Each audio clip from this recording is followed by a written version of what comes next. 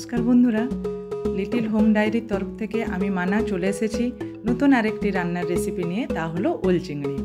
ওল চিংড়ি আমাদের একটি অতি সাধারণ ঘরোয়া রান্না।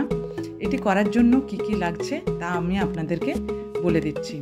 ওলগুলোকে টুকরো টুকরো করে কেটে রাখবো। তার সঙ্গে একই মাপেরই আলু কেটে রেখেছি। ভালোভাবে ওল ধুয়ে আর আলু ধুয়ে রেডি করে রেখেছি। চিংড়ি মাছকে ভালোভাবে বেছে ধুয়ে পরিষ্কার করে কিছুটা পরিমাণ চিংড়ি মাছ এখানে ইউজ করেছি। তার থেকে এই চিংড়ি মাছের আমি কিছুটা হাফ অংশ বেটে নেব। এবার কড়াইতে একটু তেল দিয়ে তাতে আমি ওল আর আলুগুলোকে লাল লাল করে ভেজে নেব। ততক্ষণ ভাজবো যাতে ওলটা 80% মতো ওল আর আলু সেদ্ধ হয়ে যায়, আর বাকি 20% তরকারি কষার সময় সেদ্ধ হবে। ভালোভাবে আমি এগুলোকে ভাজার জন্য কড়াইতে দিয়ে দিলাম। এই তরকারিতে সাধারণ উপকরণই ইউজ হয়। বেসিক যা যা রান্নার কাজে লাগে, নুন হলুদ তো লাগেই, তার সঙ্গে এক পিস টমেটো কোচানো, 6 থেকে 7টা কাঁচা লঙ্কা কোচানো, আর পেঁয়াজ কুচি 2 পিস মিডিয়াম সাইজে, আদা একটু, রসুন 5-7 কোয়া, আর লাস্টে ধনেপাতা থাকলে ইউজ করবেন, ধনেপাতা না থাকলে কোনো অসুবিধা নেই, গরম মশলা দিয়ে দেবেন। আমার ভাজা হয়ে গেল ওল আর আলু। ওই কড়াইতে সামান্য আমি তেল দিয়ে চিংড়ি মাছগুলোকে ভেজে নেব। চিংড়ি মাছগুলো হাফ আমি এখানে ভেজে নিচ্ছি। ভালোভাবে লাল করে চিংড়ি মাছ ভেজে নেব, কিন্তু খুব বেশি জাল দিয়ে ভাজবো না। চিংড়ি মাছ বেশি ভাজলে চিংড়ি মাছটি একটু শক্ত ধরে যায়, তাই হালকা আমি লাল করে কম আঁচে ভাজবো।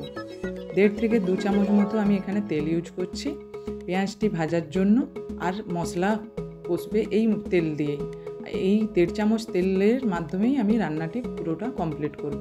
প্রথমে একটি শুকনো লঙ্কা, তেজপাতা আর গোটা জিরে দিয়ে ফোড়ন দিয়েছি। তার সঙ্গে পেঁয়াজ কুচি, লঙ্কা কুচি আর টমেটো কুচি দিয়ে মশলাটাকে কষিয়ে নিচ্ছি।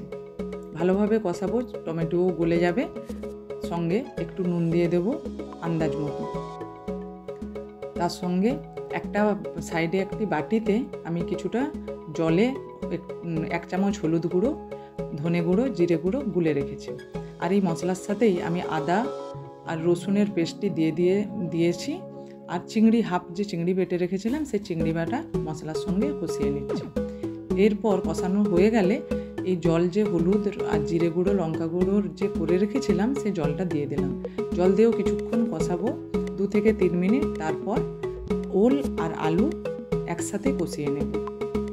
ওল আর আলু ভালোভাবে কষানো হলে তারপর আমি জল এখানে ইউজ করব। এখানে প্রথমে আমি হাফ গ্লাস জল দিয়েছিলাম, তারপর প্রয়োজন মতো আর হাফ গ্লাস, মোট 1 গ্লাস জল ইউজ করেছি। উপর থেকে হাফ চামচ মতো চিনি ইউজ করেছি, যাতে এখানে নুন ঝালের ব্যালেন্সটা বজায় থাকে। আর চিংড়ি মাছ যে ভেজে রেখেছিলাম উপর থেকে দিয়ে দিলাম।